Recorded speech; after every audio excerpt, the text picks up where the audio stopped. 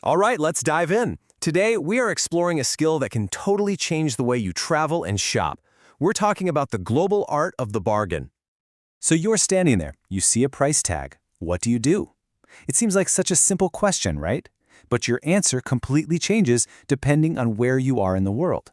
Get it right, and it's a beautiful thing. Get it wrong, well, it can get super awkward fast.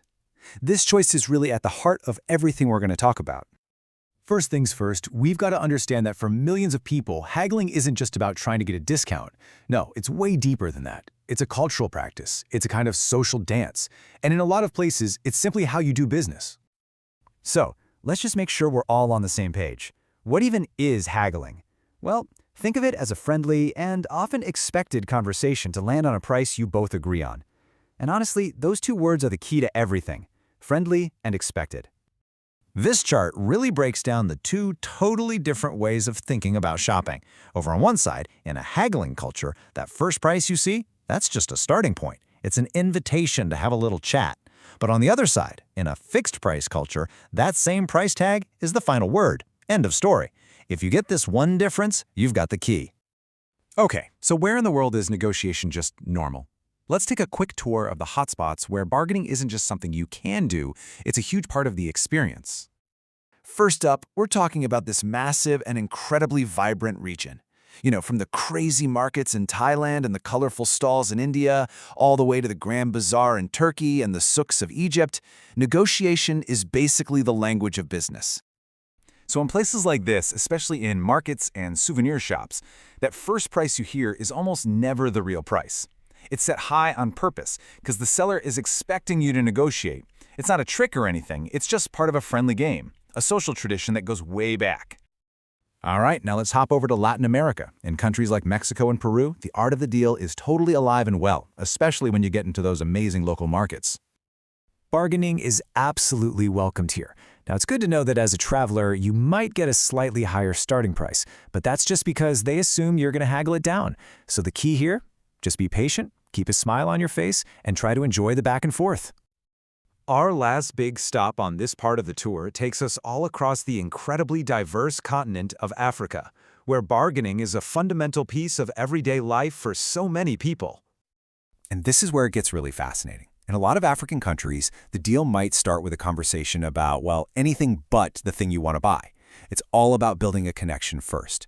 If you come in too aggressive, it can totally backfire. So politeness and just a genuine friendly chat, those are your best tools. Okay, now let's hit the brakes and do a complete 180.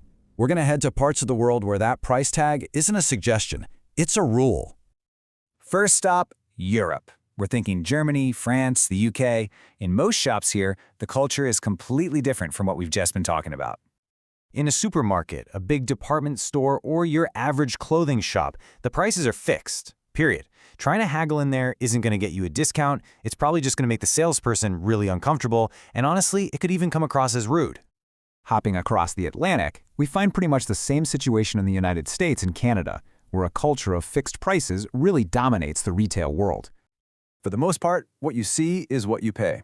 In malls, boutiques, grocery stores, people just don't question the price on the tag. It's not part of the deal. But, and this is a really important but, there are some major exceptions. And that brings us to a super important point, because even in the most rigid, fixed-price cultures, there are certain times and places where the rules completely change, and negotiation isn't just allowed, it's absolutely expected. So when do you get the green light to negotiate? Well, think about buying a car or a house. Of course, it's totally expected. At flea markets, antique shops, or garage sales, yeah, that's half the fun. And pretty much any time you're buying from a private seller, like on Facebook Marketplace, a little back and forth is totally the norm. So, whether you find yourself in a bustling market in Marrakesh or just at your local flea market, how do you actually do it well? Let's break it down into 4 simple, universal steps to help you get a fair price without offending anyone. Okay, here it is, your 4-step playbook. Step 1, and this is non-negotiable, start with a smile. Be friendly. It shows respect right from the get-go. Second, know the ballpark price. A little research stops you from making a crazy low offer and shows you actually value their stuff. Third, respect the culture. Know when to do it and when not to.